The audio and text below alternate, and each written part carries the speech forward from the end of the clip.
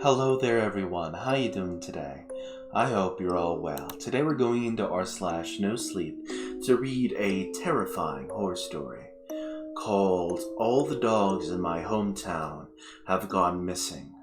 Apart from mine, I've just found out where they went. The story is written by the_white mare on Reddit. Check them out if you'd like to. Now, without further ado, let's get started, shall we? Jess was my best friend. Not that I had many to choose from. We were inseparable. I spent all last summer exploring the woods around my house with her, leaving before noon and not coming back until near sundown. We found secret paths, looked for cool sticks, and uncovered a waterfall that we only knew about. It felt like the time of our childhood foretold in the 80s coming-of-age films. I really wouldn't have spent those months in any other way, even if I had the choice. There was no one I'd rather spend my time with. She'd often had the same gloomy mood as I did, but when she was outside she'd come alive and invite me to join her. But my friendship with Jess wasn't confined just to the summer months. Throughout the year, she'd accompany me wherever I go, be it out to the stores or on a walk through the woods. I would talk to her endlessly about my thoughts, dreams, and countless plans for the future. She would always listen to me, even when no one else did. I could tell her all of my secrets, and did with the assurance that she would never spread rumors. Jess was a Spaniel-Collie mix. My parents got her for me on my 6th birthday, when it became exceedingly clear I wasn't equipped to make friends at school. My dad especially had grandiose plans of me being in a one boy and his dog situation. I suppose his wish came true. I rarely see my father after my parents divorced, since he now lives out of state. My mother is seeing this guy, Gary, who recently moved in with us. He brought his infant daughter, Sue, with him. My routine of staying in my room and listening to music at full volume is now to block out the sounds of a baby crying, rather than arguing. Gary's a nice guy and all, but is struck with laziness and leaves Sue and my mom all day when he goes out and works. I'm not entirely sure what he does while he's out all day. I'm not sure if my mother does either, but whatever it is barely enough for us to scrape by. Apart from my mom, there was no one I loved more than Jess. She really was my best friend and closest companion. I loved when she'd collapse onto her side with her legs in the air, silently begging for me to tickle her tummy. I did so often, and made sure to brush her back on white coat too. I wondered if I smelled like dog. I didn't really talk to anyone at school. Certainly no one that would point out if I did, and my mother would surely be used to the smell at this point. I wasn't bullied at school, just ignored.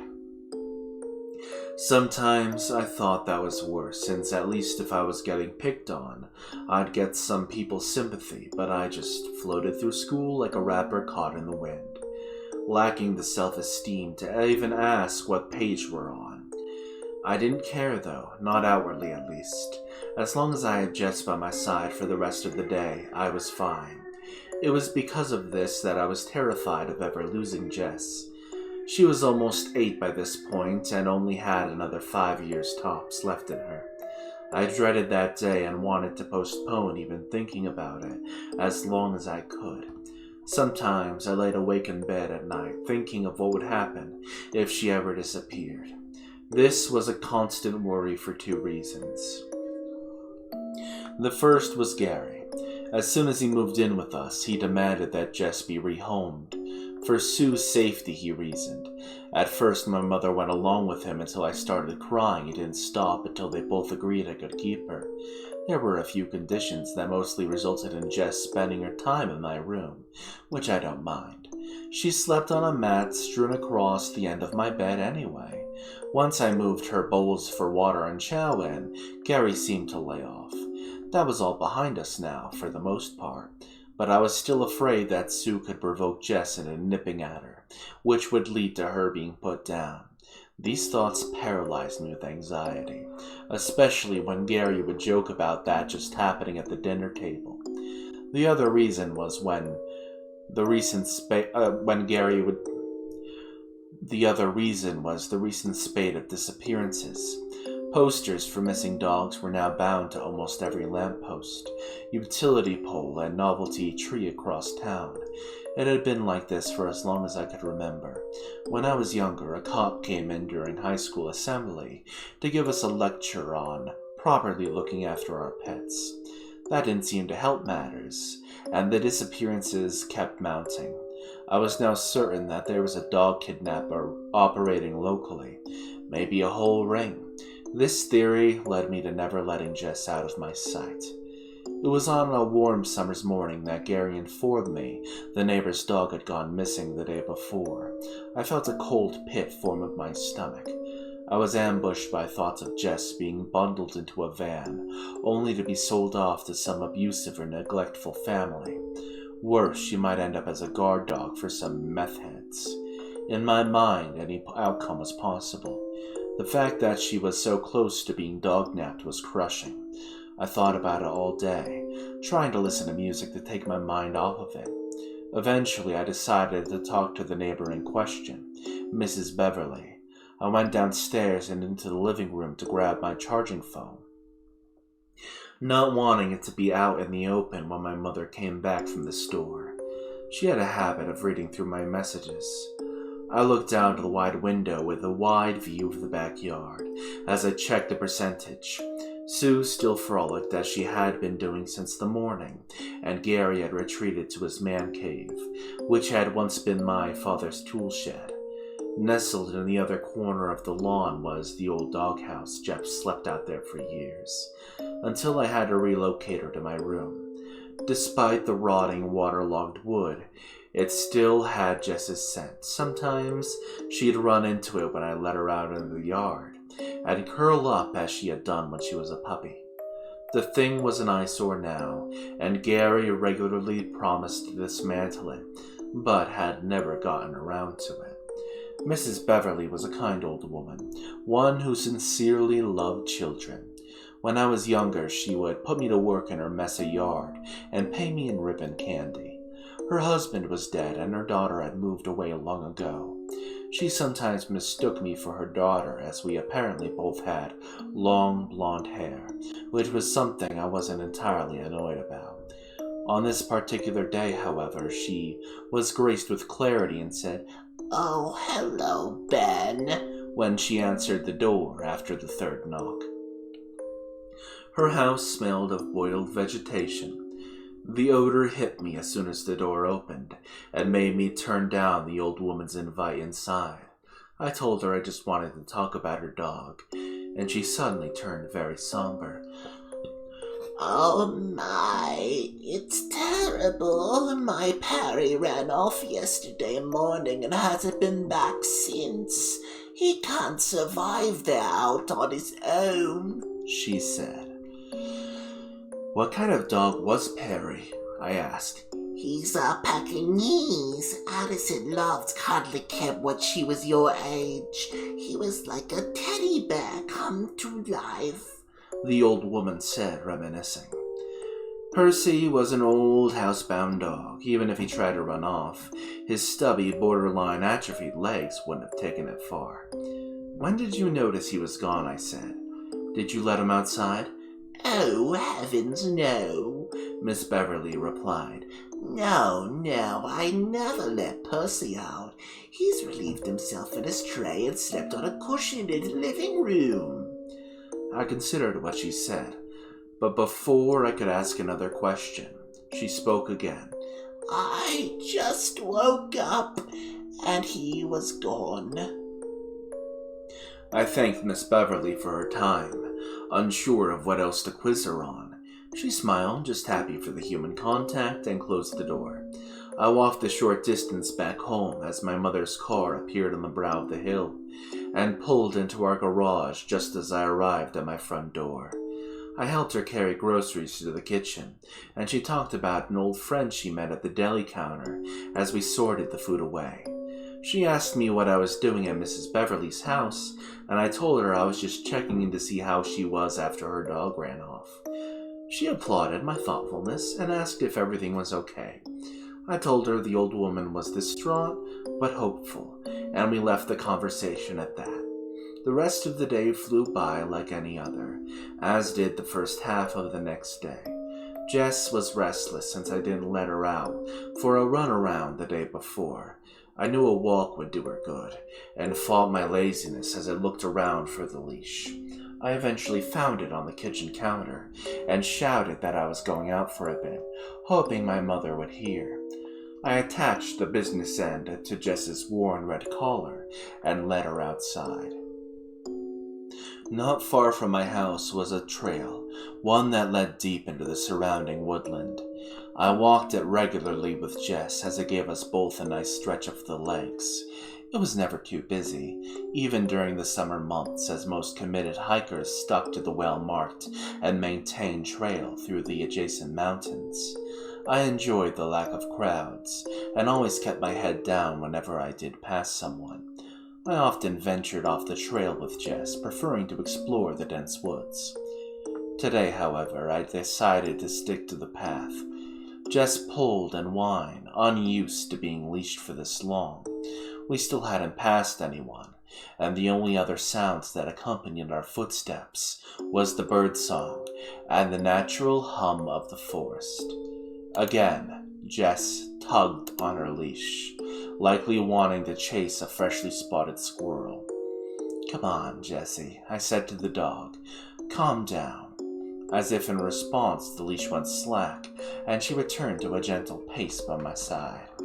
I leaned as I walked, giving her a generous scratch behind her ears and around her neck. Her tail began to wag once more, and we continued our walk as normal. A little further up, we passed someone. It was an old man I only vaguely recognized and recalled. After the fact, that his name was Stephen, or rather, Father Stephen. He was in his 90s, but walked as regularly as I did. A testament to a quiet life, I suppose. We walked near each other, and I awkwardly nodded my acknowledgement to him. He didn't catch my eye contact and walked and passed without so much as looking at me. I slouched and continued up the trail. Jess and I were flanked by birch trees, pale and spindly. The neck of the woods was littered with them, and my pareidolia-prone mind ran rampant as I spotted human eyes covering the bark. Really, it was just dark splotches on the tree's skin. I wondered if Jess knew that too, or if she mistook the marks for giant eyes gazing at her. From the way she watched the tree line, teeth bared and tail pointed, I assumed the latter. We kept walking, eventually reaching the point where the path petered off into a downtrodden grass line. That was our cue to turn, and we did just as the sun reached its highest point in the sky. The way back always seemed to go quicker, and I felt much more relaxed, especially now with lungs full of fresh air. I often got annoyed at my mother for telling me to just go outside whenever I was in a slump, but it honestly really did help. Jess, on the other hand, was still agitated. I decided it would do no harm to let her off the leash for a little bit to go for a runaround. I crouched and disconnected the small chain from her collar's hook. As soon as I did, she bolted into the woods. I laughed and stood, watching her run from one side of the path to the other. I kept walking, picking up sticks, and throwing them for Jess as I went. She'd bring them back to me, covered in slobber, waiting expectantly for them to be hurled again. I never threw the same one twice, not wanting to dirty my hands. Unsurprisingly, there was an abundance of projectiles to choose from, and I left a trail of wet twigs behind me. Jess sometimes stopped to investigate random patches of ground, sniffing around until she was certain there was nothing interesting to glean. This was normal behavior for her. What happened next was not. Near the halfway point, or maybe just past, Jess bolted off into the forest. She had many times before, but not to the point where she'd just gone completely out of view, as she had just done now. When I noticed this, I stopped and looked around. "Jess!" I called, as soon as I realized I couldn't hear her moving through the undergrowth, and I called her name again. This time, if anyone had been around to hear me, they would have noticed and sounded more panicked. "Jess!" I shouted. Moments before I ran into the forest to look for her, I heard a heavy thumping. I looked around and saw Jess scattering towards me. She didn't stop in time and crashed into my legs. She tried desperately to hide behind my legs before putting her paws over her eyes and collapsing. Now concerned, I crouched next to her and tried to soothe her, rubbing her back. As soon as I touched her, I realized she was shaking. I had never seen her so afraid. "Oh, you poor thing," I muttered repeatedly as she continued to tremble. Eventually, I goaded her from the open hiding spot and attached a leash to her collar once more. I stood to walk, but Jess refused to budge. I sighed and crouched down again, ready to pull her paws away from her snout. And then I heard it. Thump, thump, thump. Twigs and dry earth clenched under heavy feet. I shot up and frantically looked around me. The faint noise grew sharper as I searched, but I saw no hint of its source. It stopped for a moment when I looked near the thick birch that lay just a dozen yards in front of me, and then picked up again once I turned my attention to Jess. I tugged at the dog's collar, trying to get her to move. The clear sound of footsteps neared as she began to stir, and I dragged her behind me as I ran back down the path. My eyes stayed fixated on the tree line, but I saw nothing. The entire way back down, I felt like I was being watched. The sensation was overwhelming, and this time I couldn't explain it away with pareidolia. I held my breath until I reached the main road, and I stumbled past two hikers ready to begin their ascent near the gate, who looked at me strangely.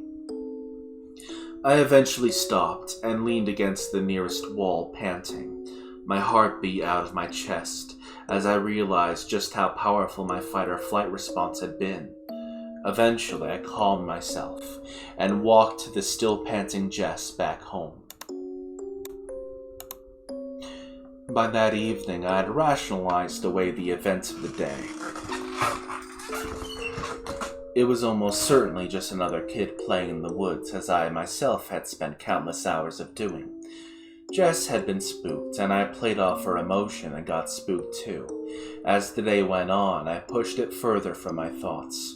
Dinner was strangely tense, and I assumed Gary had forgotten some anniversary. After I did the washing up with my mother and watched cartoons with Sue before she went to bed. Once my social obligations were fulfilled, I went back to my bedroom. Jess ate from her freshly filled bowl of slop while I laid on my bed, listening to the tune 200 Stab Wounds album. I stayed there for a while until Jess curled up on her own flea rag of a bed in the corner of the room.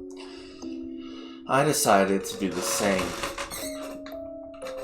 turning the lights off and pulling myself under the covers. I was asleep for maybe a few hours, until I awoke with a bladder bursting at the seams.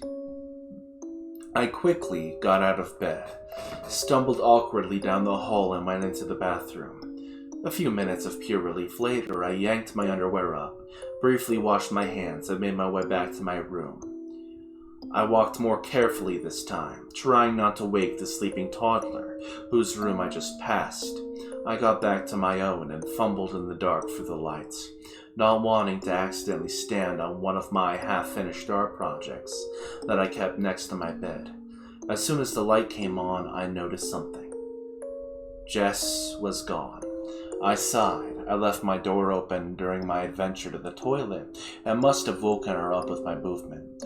I made my way to the window and pulled back the curtain. Sure enough, I saw Jess's silhouette in the old doghouse. I could just about make out the form of her snout, shrouded in darkness.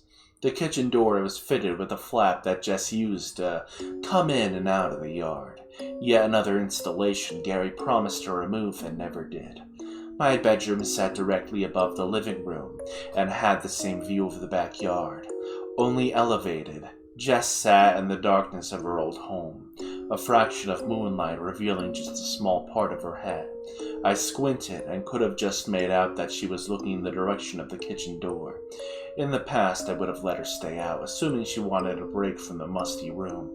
But after everything I had previously heard, I knew I couldn't take any chances. I drew my curtains and switched the light off as I exited my room once again. As quietly as I could, I crept down the stairs and onto the first floor.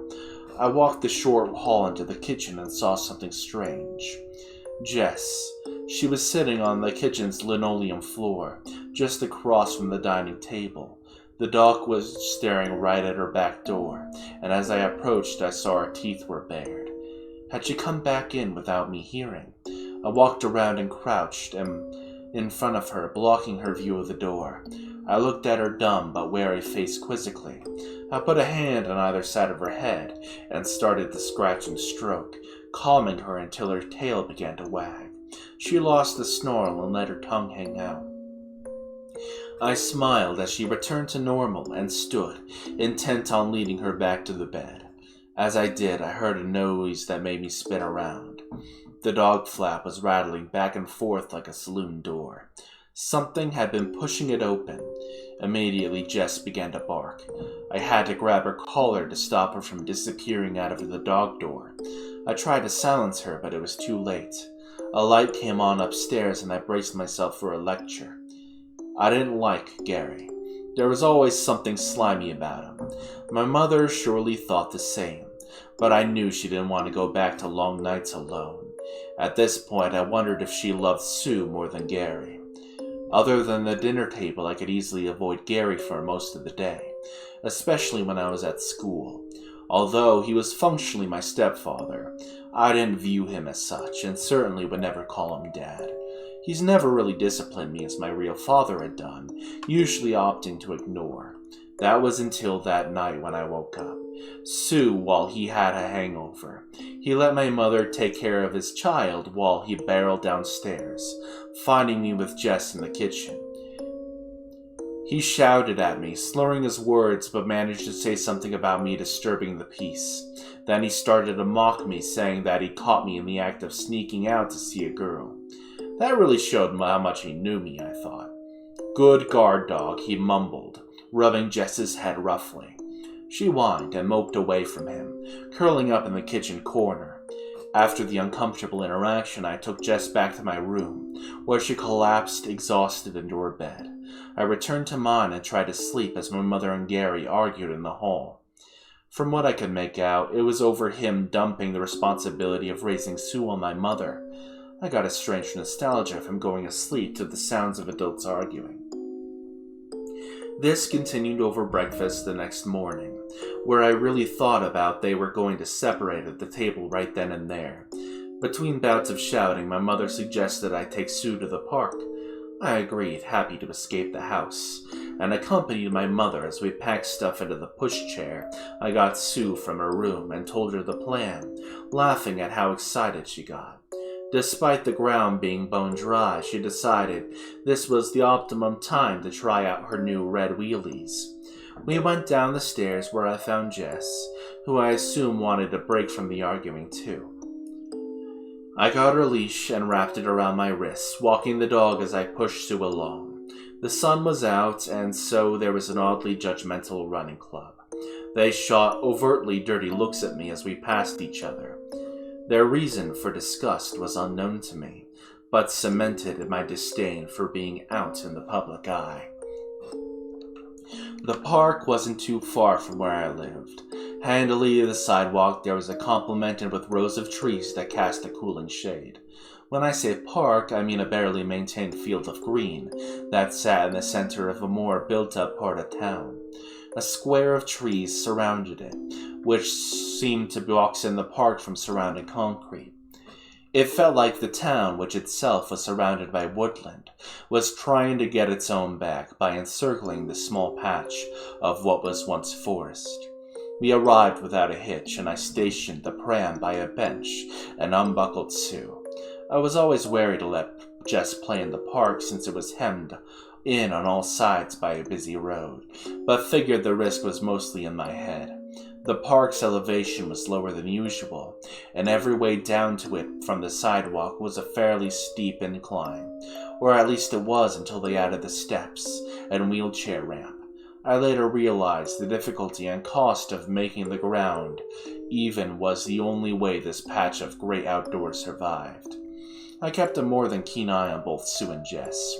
There was a group of young mothers in the park with their children, and I suppose I was attempting to blend in.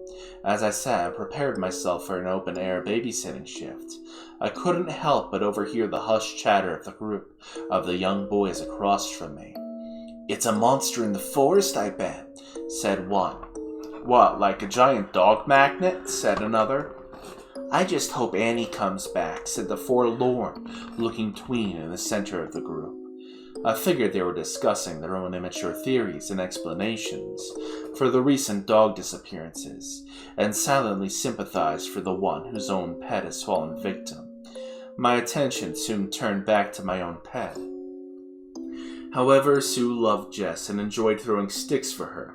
Thankfully, her furthest toss was over a yard, and I knew there was no risk of Jess running in front of a car. I watched her attempt handstands and cartwheels and fail at outrunning Jess. The time went by quickly, and both Sue and Jess were clearly worn out before long. I gave Sue her banana snack bites to chow down on while I sorted out her pushchair. I packed up the water bottle, food wrappers, and other toddler paraphernalia. I then leashed Jess once more. I struggled to push the sleepy child up the incline, finding no offer of help from any of the passerby. With a little aid from Jess, I managed to get her up onto the sidewalk. From there, we began the journey home, which seemed to grow shorter every time I walked it. Sue was telling me some likely untrue bird facts as we came over the brow of the hill and saw a cop car parked in our driveway. My heart sank. I immediately assumed the worst and pinned Gary as being responsible. Sue obviously didn't have the same thought process and was confused by me approaching the house. So tentatively, I let Jess off the leash, who ran up to the front door. I followed close behind, but before I could maneuver the pushchair up the steps, the door opened. My mother appeared, talking to a tired-looking cop. He told her to ring them if something else happened, then sighed and made his way to his car. My mother's attention was then turned to Sue and we were led inside. The day before, Gary and his daughter were playing out in the garden. He gave her free rein of the hose pipe and told her to water the flowers. Sue wasn't actually a keen gardener and ended up drowning the plants instead of quenching their thirst. The portion of the backyard where the potted plants lay was thoroughly within the splash zone and had been rendered into mud. It was still malleable when, later that night, a pair of heavy boots had left their mark. Only 3 footprints could be found, relegated to the sudden patch of earth surrounded by the otherwise hard dirt. As morning came, the small patch dried out, immortalizing the footprints where they stood. Not too long after I left with both Sue and Jess, my mother had stormed outside and spotted them. The fear that someone had been moving around the house at night, coupled with her already stressful day, had induced a panic attack in my poor mother, something Gary didn't handle well, and instead of comforting her, he got annoyed with her and was even more annoyed when she called the police. I contemplated telling my mother about what I had seen, but what had I seen? Some movement in the woods? A dog flap being blown open? I decided it was best to keep my mouth shut and not let my own worries add to my mother's. She clearly didn't need them. Dinner was somehow even more tense than breakfast had been, and ended with my mother bursting into tears. I went to her side to comfort her, while Gary grunted and got up. I watched as he went out into the kitchen door and into the backyard. I heard him open the door to his shed, and then saw him walk past the window. Sue kept eating her animal crackers, oblivious to the seriousness of the matter. My mother collected herself, and I got her some tissues. After drying her tears, she looked around and realized what Gary was doing. She quickly got off her chair and ran into the yard, with me following close behind. Gary had just finished patting down the footprints with a shovel, erasing any trace that they'd been there. He left the shovel propped up against the wall and walked past us and inside. "There's nothing to worry about," he said coldly, and disappeared back into the house. Just before came the second harsh blow. I'd spent the evening in the living watching trash on the TV instead of my room, not wanting to leave my mom alone. There was a muggy and oppressive atmosphere in that room. After some time passed, I offered to bring the almost unconscious Sue to bed. As we went upstairs, I could hear the buzz of a new argument beginning. Sue put her pajamas on, and then I convinced her to brush her own teeth. After she went into her blindingly pink room and jumped into bed, demanding I read her a story, I went rooting through a pile of picture books, trying to find the shortest. As I did, Sue started babbling about her week. This chatter turned into a pointed question when I sat on the edge of her bed. "You know the big doggy?" she asked, waiting patiently for my answer. "Jess?" I said in reply. She dramatically shook her head. "No, the big doggy." "I don't know what you mean," I said, choosing the truth over playing along with the fantasy. "Well, I see him sometimes when I go tinkle at night," she said plainly. I looked at her, confused. "And what does this look like?" She chewed on the question for a while, before answering, "Like a big doggy." After that, her scatterbrain moved on to something else. Once she had finished regurgitating the plot of a cartoon she was watching that morning, I flew through the picture book and told her good night. I got up and went to her bedroom, once a large window, which had a view of the street and the surrounding houses. I closed the pink curtains and switched on her nightlight, then tripped on a toy as I tried to leave. Sue giggled as I closed the door, telling her good night for a second time. Downstairs, the arguing had just died down. I went into the living room and sat next to my mother, the only occupant. She asked me how Sue and I were, and I told her she was fine. Then she said something that ruined my day. She told me that Gary, in an effort to give some reassurance to my mother, was making Jess spend the night in the kitchen. Judging from last night, Gary had told her she'd bark at anyone who'd come by. I tried to protest, but my mother agreed that it was a good idea. "You're too attached to the dog," Gary said, walking back in. "It's not like she's a person." And I looked at him in disbelief. "She's not safe. She'll run off," I pleaded. Gary dismissed me. "It's fine, kid. I put the trash can in front of the door," he assured me. "She's not getting out." After some more back and forth, my mother joined in on Gary's side. I tried to remind him that he's the reason she has to stay in my room all day anyway, but he didn't listen. Defeated, I trudged upstairs, making sure to take extra loud steps to show them I wasn't happy with the whole arrangement. As soon as I opened the door to my room, Jess sprung from her bed and came to my side, looking for scratches. I cuddled her, telling her the plan. She seemed indifferent. I grabbed her bed and her favorite chew toy and a plastic goose and brought all three of them back downstairs to the kitchen. Gary had dragged the trash can in front of the door, blocking the dog flap. He then appeared behind me, commanding me to leave the bed in the middle of the kitchen. Once I put it in what he deemed was the right spot, I gave Jess her chew. "Be careful, girl," I told her. She tilted her head in answer. With that, I stood, scratching her head, and left. Gary closed the door behind me, shutting my best friend, my only friend, in for the night. I could not sleep.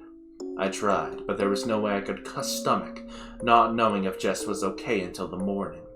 Tossing and turning, I finally swung my legs out of the bed shortly after my red digital clock hit 3 a.m.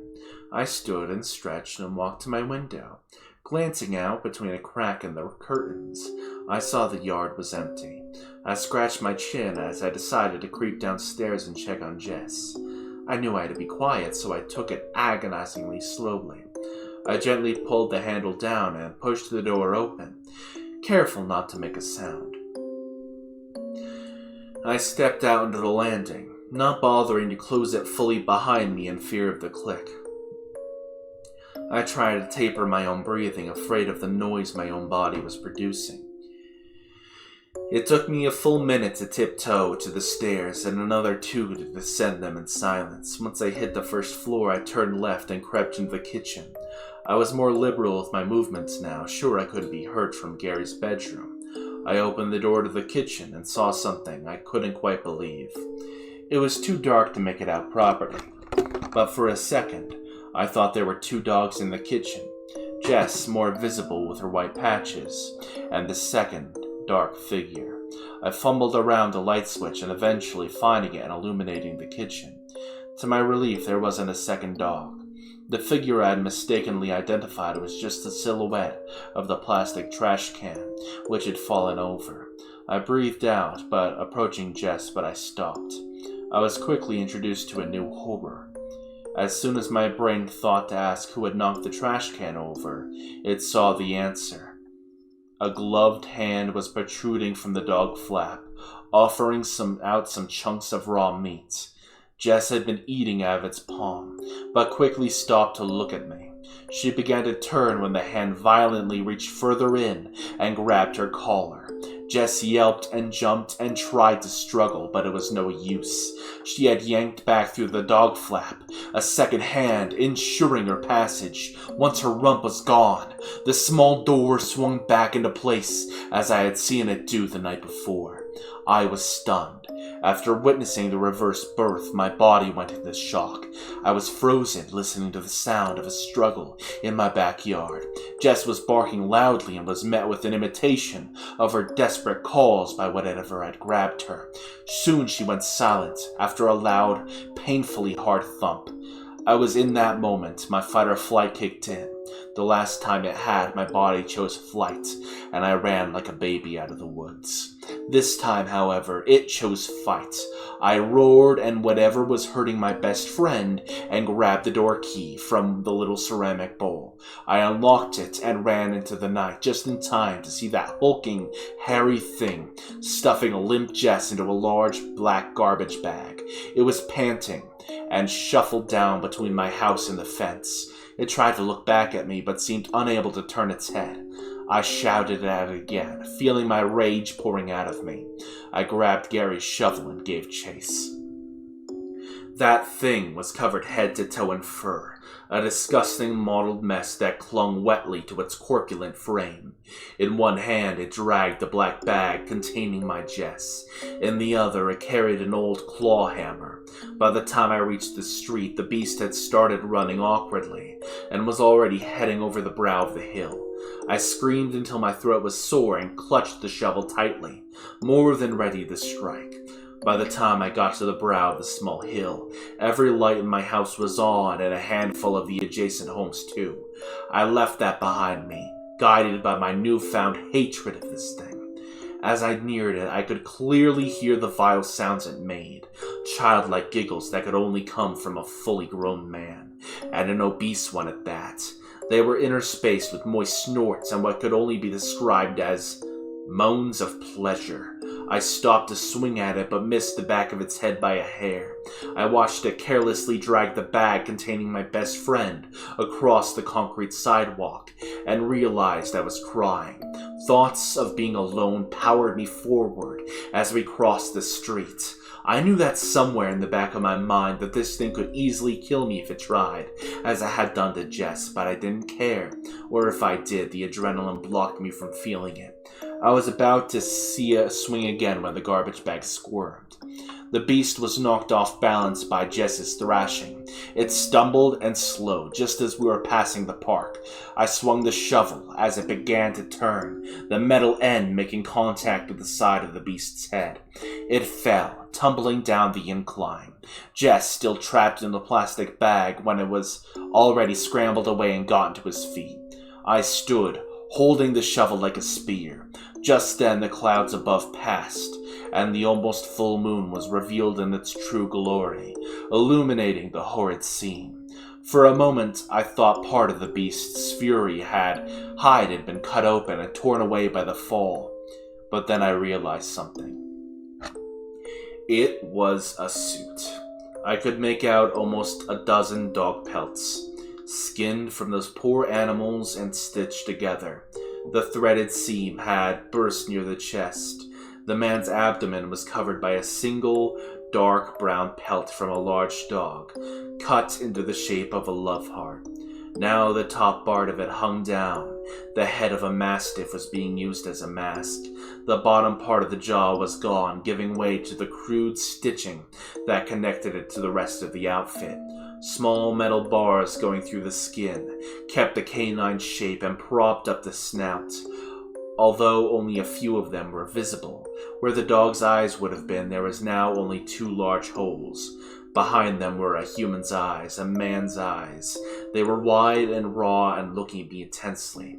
The only non-dog parts of this suit were the hands and feet. The hands were covered in a workman's gloves, and on his feet he wore a pair of heavy boots. Thin clouds moved in front of the frightened moon, plunging us back into half-darkness. Now only its eyes were caught in the light. The metal head of the hammer was too stained but the blood to reflect. Jess yelped, tearing her way out of the plastic bag. The man's attention switched from me to her, and I took my chance. When the shovel came crashing down on the man's forehead, the impact made the entire wooden handle shake. He crumpled, but I didn't stop there. I stood over him and struck his head again, and again.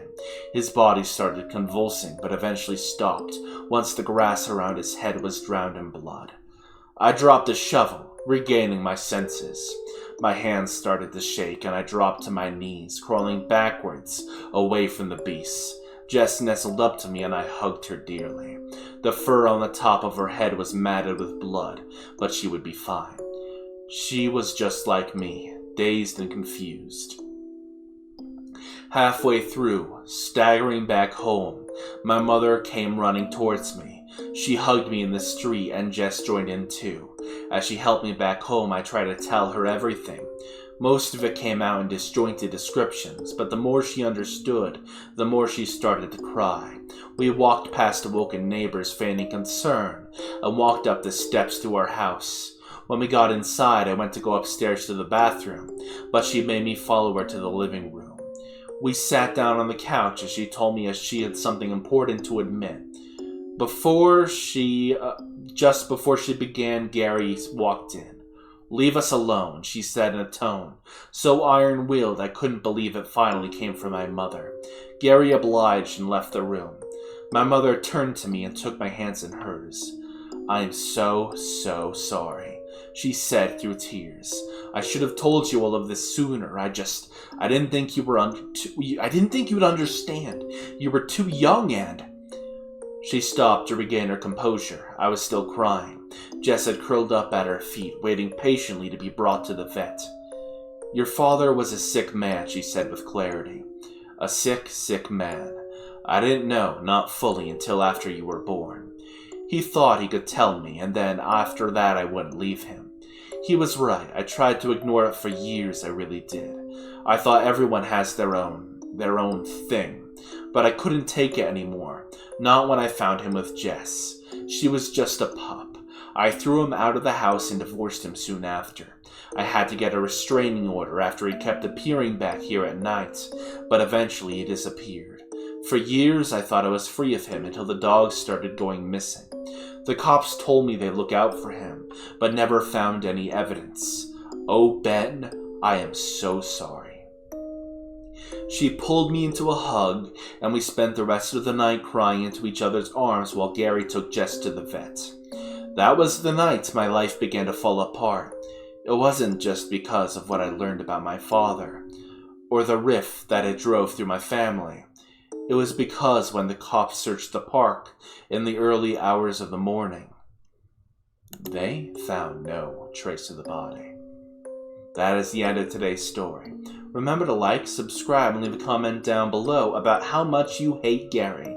Because, dear Lord, I hate the dude. Now, we have a Reddit story playlist if you want to listen to it, or a horror story playlist if you want to hear more spooky content. Now I will see you all next time. Bye bye.